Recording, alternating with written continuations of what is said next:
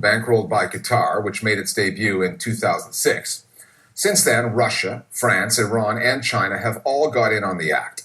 The latest country to broadcast its perspective to the rest of the world is Israel.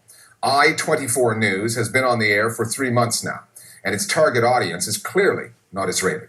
It broadcasts in 3 languages, none of them Hebrew. But if this really is a soft power push, it's different in that unlike those other new news channels, there is no government money involved, or so the channel says. The Listening Post's Flo Phillips now from the banks of the Mediterranean on I-24, its mission and its prospects of finding an audience.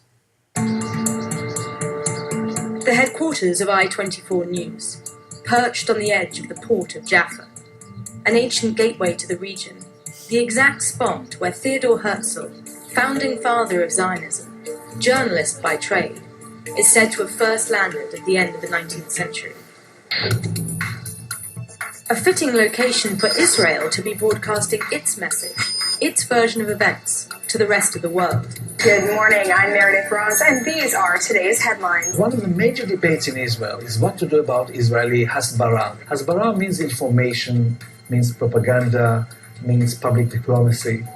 And there is a common belief by most Israelis that Israeli hasbara is terrible. The mission of his channel is to cover the international topics with an Israeli perspective. What should Israel do when it comes to the Iranian threat? We want to explain to the world the Israeli society point of view. We want to show that we can connect Israel to the world and connect the world to the Israeli reality and society. To many, that may sound like state propaganda, but the channel founders insist that they haven't received a penny from the state, that they're entirely privately funded. And when I spoke to reporters at the channel, they also told me that they're given complete freedom to pursue whatever story they want. The channel's very first story, the announcement of the European Union, that they issued a directive prohibiting the financing of institutions in the Jewish settlements. Those news were very embarrassing for the Israeli government. And so just the fact that they chose to lead with that for their very first edition shows something about the sort of the angle through which they cover stories. But really, how different is I-24? It's an Israeli channel that doesn't broadcast in Hebrew, instead in French, English, and Arabic. And while other domestic channels will put Arab-Israeli voices on the air, I-24 puts one in the anchor chair. Hello and welcome back. This is the evening edition of Musia Rishon. And has her slug it out with a Jewish settler, live on primetime television. Although I'm having you here in the studio, and I'm Arab, and I don't think that there is a problem of you being here in the studio, but we are living together. But we are living together. It's by no means the first time that Israelis and Arabs have worked together in a newsroom. There are Arabs in every newsroom in Israel, but it definitely is the first time that Arab Israelis have had their own format, their own desk, their own place to really speak their mind. As opposed to major international networks like the BBC and Al Jazeera, what they do is they try to humanize the Israeli side of the stories. When we were talking about the peace talks, all the news channels said it's easy for Israel to release prisoners. But you have to understand that it's a sacrifice for the Israeli people. And you don't see that in other news channels. And we organize a lot of debates inside this channel with, for example, a mother who lost her son in a bomb attack, or a father who lost his daughter. And there was a discussion in our studio here to understand if for peace they can do the sacrifice. The father said no. The mother said yes. There has to be reconciliation. This is a concrete example about what is the mission of I-24 News. In the quest to reach global audiences through a national media outlet, Israel is relatively late to the game. Countries increasingly seek to broadcast their own perspectives to the world. There is China's CCTV, Iran's Press TV, France 24, Russia Today, and Al Jazeera. But what's different about I-24 News is that this is not, at least on the surface, an Israeli government initiative. I-24 says it receives no government money, that all of the backing for the channel comes from private investors. I-24 News is entirely privately funded.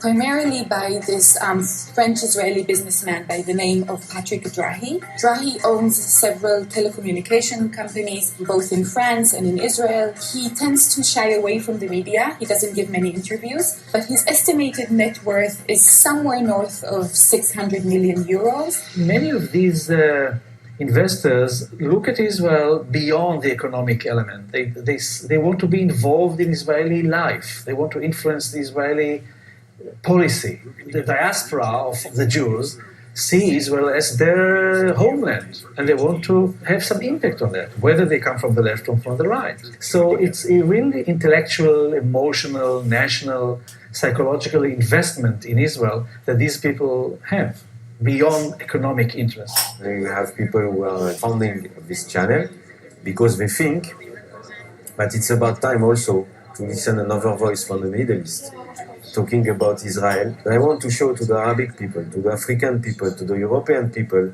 that when we are talking about economy, when we are talking about culture, when we are talking about sport, for example, we can connect all the population because you can think the same.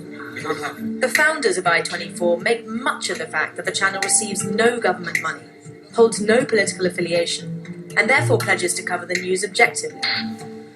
But if that really is the case, how can the channel, a startup still under construction, with holes in the ceilings and typos in the tickers, begin to compete with the news-gathering operations of incumbent cable networks?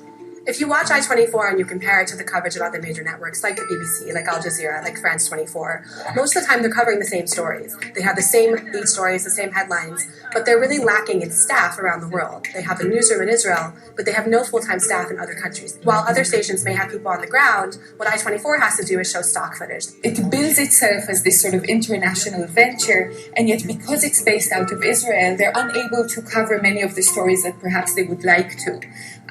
For example, it's almost impossible for an Israeli news organization to send reporters out to Gaza, let alone Lebanon or Egypt. They cover recent developments coming out of Syria quite extensively, and yet they're unable to have a reporter on the ground. Clearly then, for a channel that boasts it is dedicating roughly 70% of its coverage to international news, it could be a while before the I in I-24 News stands for international. It may well stand for Israel.